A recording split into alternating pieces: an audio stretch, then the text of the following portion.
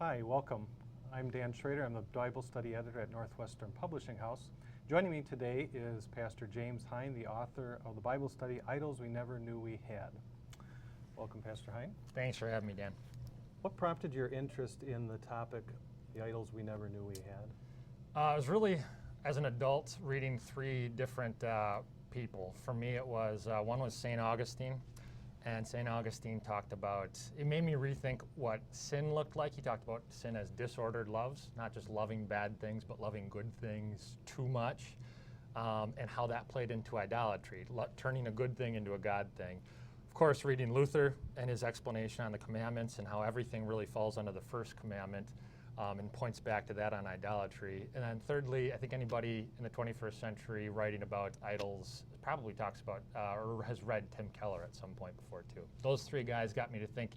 And then I started repenting of things that throughout my life I didn't even realize I was struggling with, and that was incredibly liberating. And tell us about some of the idols covered in the study.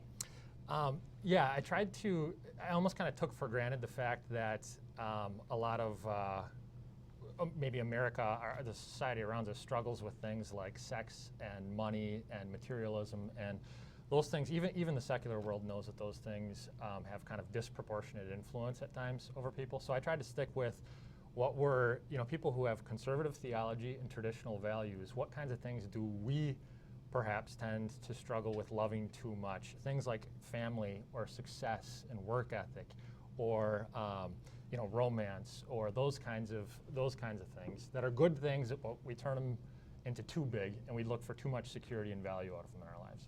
Okay, thanks. And what kind of discussion do you anticipate coming up in a study like this?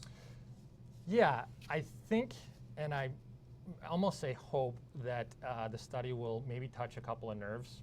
And I look at it sort of like a surgeon can't remove a cancerous tumor without doing some cutting.